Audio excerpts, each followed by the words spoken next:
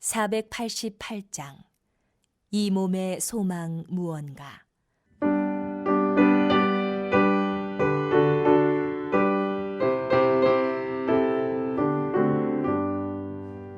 이 몸의 소망 무언가 우리 주 예수뿐일세. 우리 주 예수 밖에는 믿으리 아주 없도다. 주 나의 반석이시니 그 위에 내가 서리라. 그 위에 내가 서리라. 무섭게 바람 부는 밤 물결이 높이 설렐 때 우리 주 크신 은혜에 소망에 닿을 줄이라. 주 나의 반석이시니 그 위에 내가 서리라. 그 위에 내가 서리라.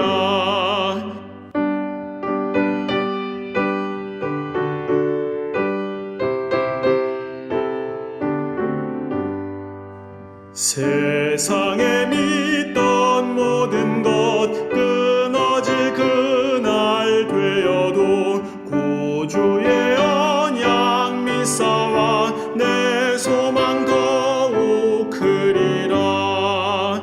주 나의 반석이시니 그 위에 내가 서리라. 그 위에 내가 서리라.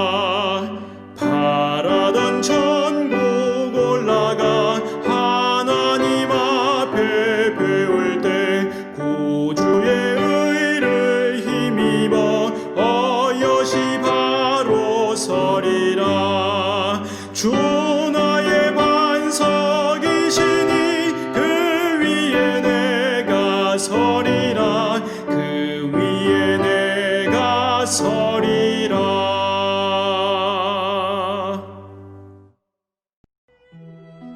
여호와여, 복수하시는 하나님이여, 복수하시는 하나님이여, 빛을 비추어 주소서. 세계를 심판하시는 주여, 일어나사 교만한 자들에게 마땅한 벌을 주소서. 여호와여, 악인이 언제까지 개가를 부르리이까? 그들이 마구 찌꺼리며 오만하게 떠들며 죄악을 행하는 자들이 다 자만하나이다.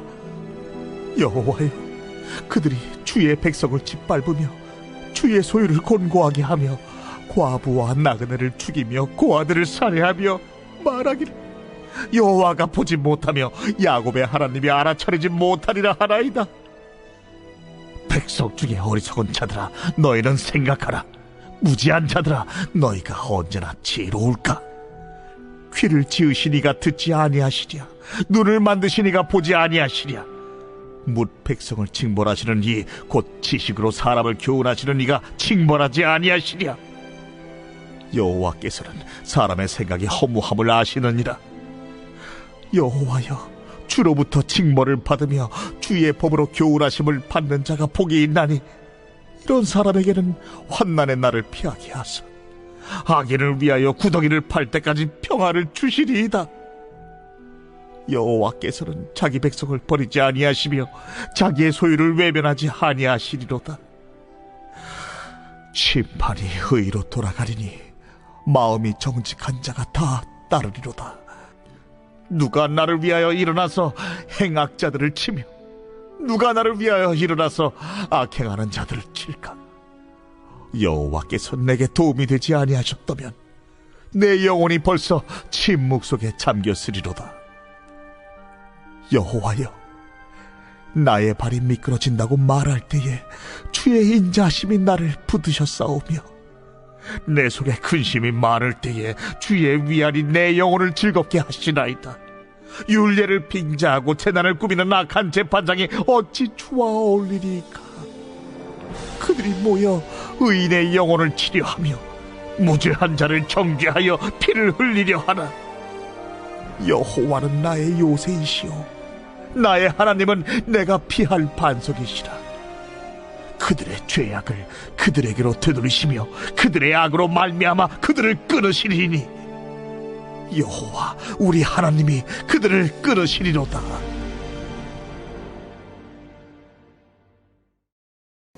인생의 여러 어려운 주제 중에 하나가 왜 정의로우신 하나님께서는 불의한 자들에게 권세와 권위를 주시고 또 그들을 성공케 하시며 또 의인들을 핍박해 하시는가라는 주제입니다.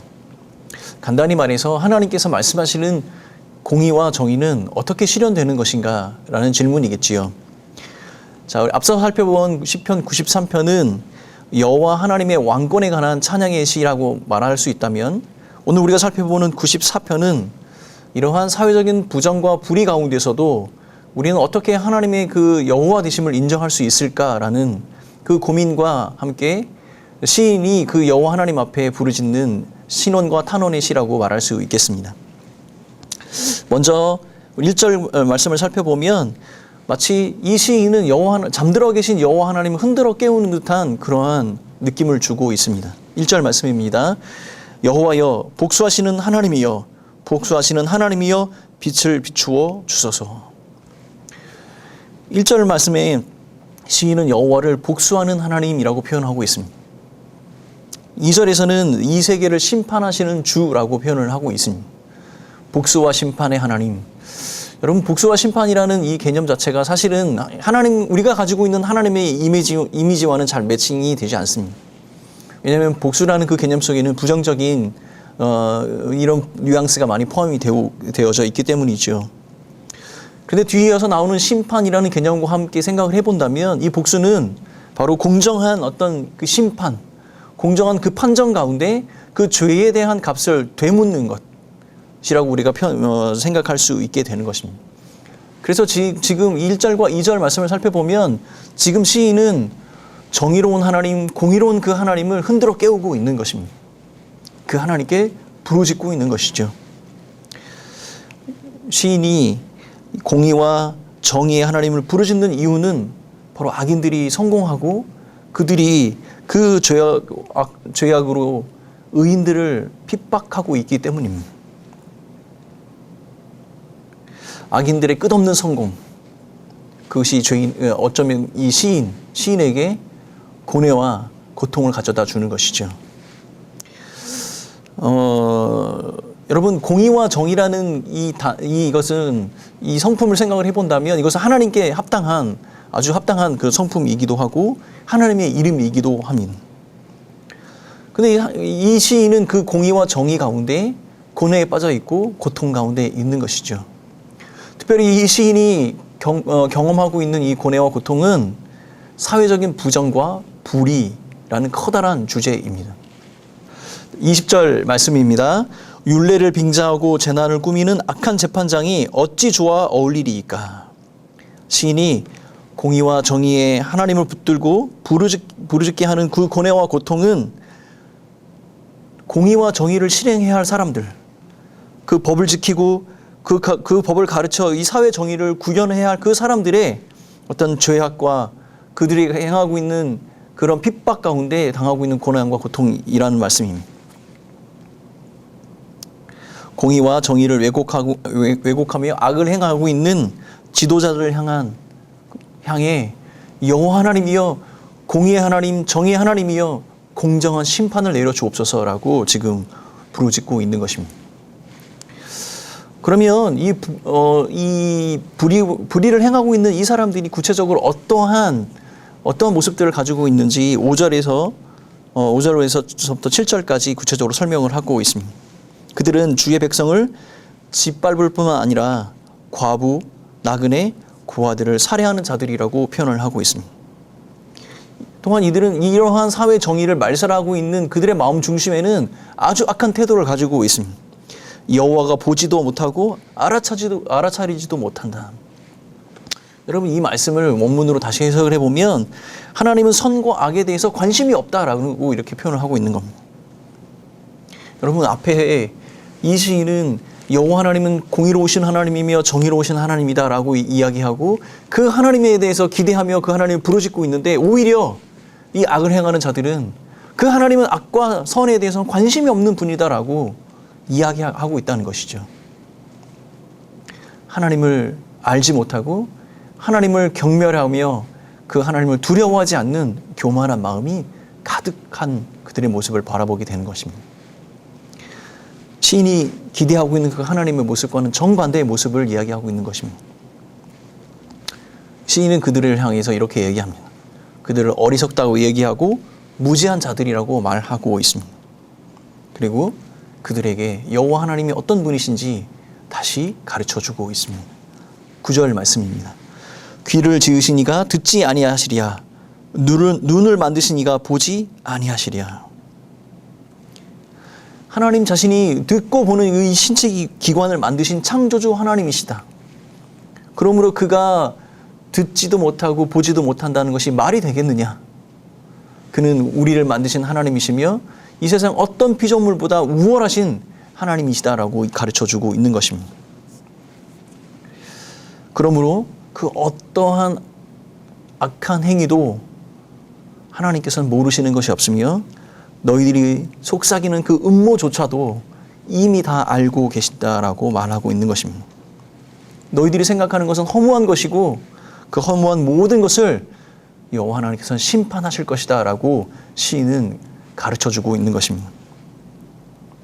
결국 세상의 권력으로 법의 공의와 정의를 무시하고 살면서 온갖 악행을 저지르는 자들의 마음 중심에는 이 창조주 하나님을 부인하는 그 마음이 불신의 마음이 있는 것이고 또한 그 하나님의 주권과 다스리심, 그 심판하심에 대한 무지, 그 하나님에 대한 경멸과 교만이 포함되어져 있는 것을 오늘 우리가 발견할 수 있는 것입니다.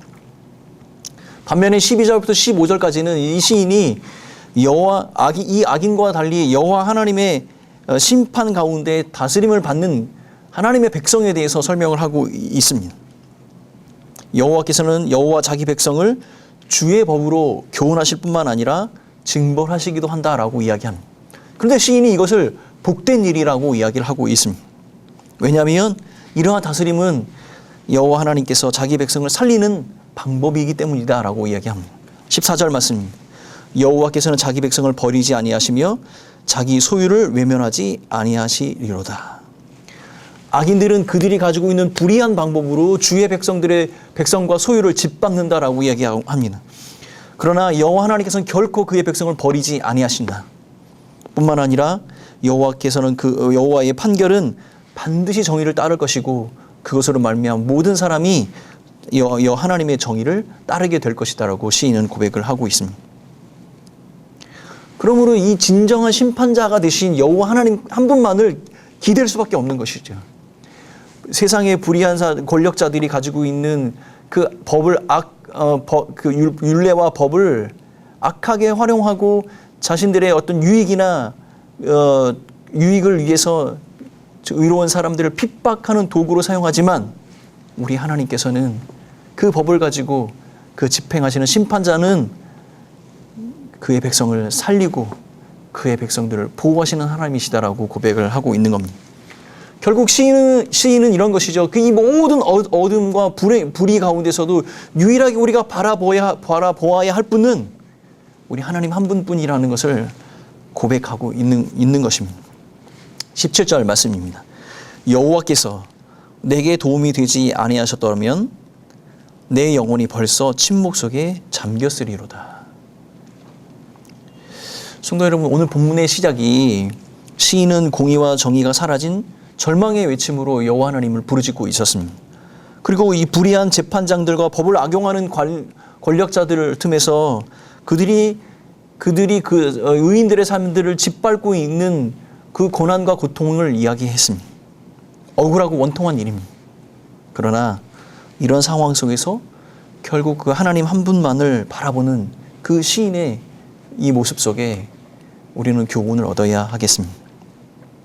공의와 정의가 사라진 칠흑 같은 어둠 속에서도 한 줄기 빛으로 임하시는 그 여호와 하나님에게 소망을 두고 그 하나님 한 분만을 붙드는 그 이 시인에게 도전을 받아야 하겠습니다.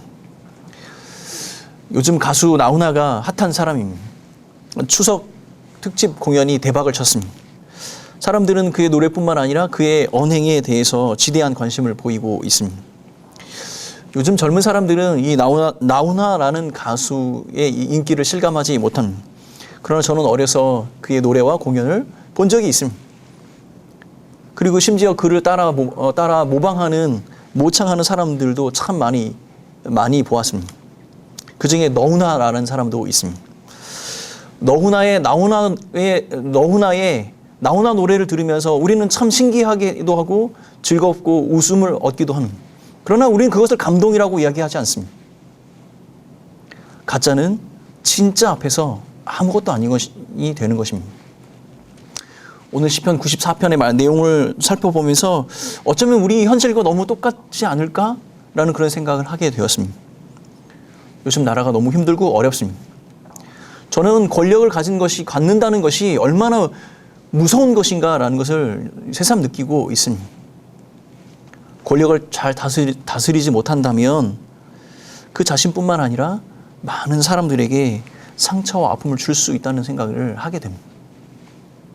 한 사람이 권력을 가진 이후에 그가 말한 것과 그가 말한 가치를 지켜내지 못한다면 아마 그 사람은 가짜임이 틀림이 없습니다.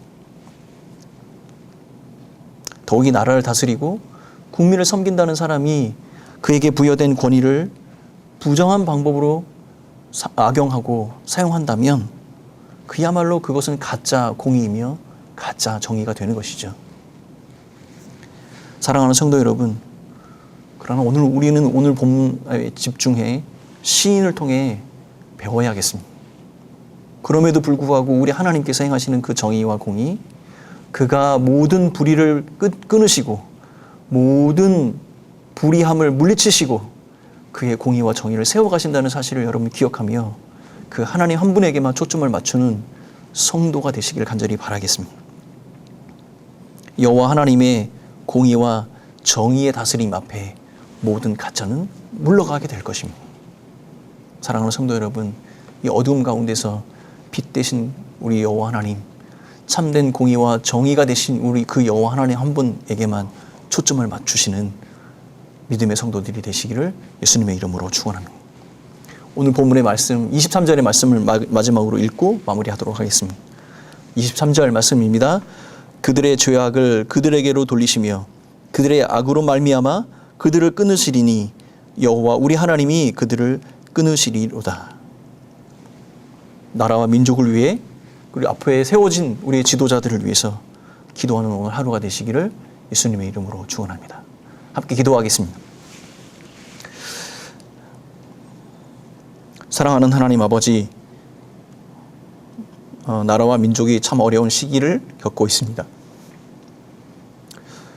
그러나 우리의 참된 유일한 소망은 우리 하나님 한 분뿐임을 기억하며 이 어두움 가운데서도 빛으로 임재하시는 우리 하나님 한 분에게만 소망을 두고 믿음의 길로 걸어가는 사랑하는 성도들이 될 수 있도록 축복하여 주옵소서. 우리 하나님 한 분만이 공의로우시며 정의로우시며 그 한 분만이 우리를 올바로 세우실 수 있는 유일한 하나님이신 것을 기억하며 하나님 앞에 더욱 겸손히 무릎 꿇고 은혜와 그 긍휼을 구하는 성도들이 되게 하여 주옵소서. 함께 하실 그 하나님, 우리와 동행하실 그 하나님을 기대하옵고 이 모든 말씀 예수님의 이름으로 기도하오며 지금은 우리의 참된 소망이 되신 예수 그리스도의 그 크신 은혜와 하나님 아버지의 사랑하심과 성령 하나님의 위로하심이 함께 예배의 자리에 참석한 온 성도들과 교회 위에 이 나라와 이 민족 위에 영원히 함께 있을지어다. 아멘.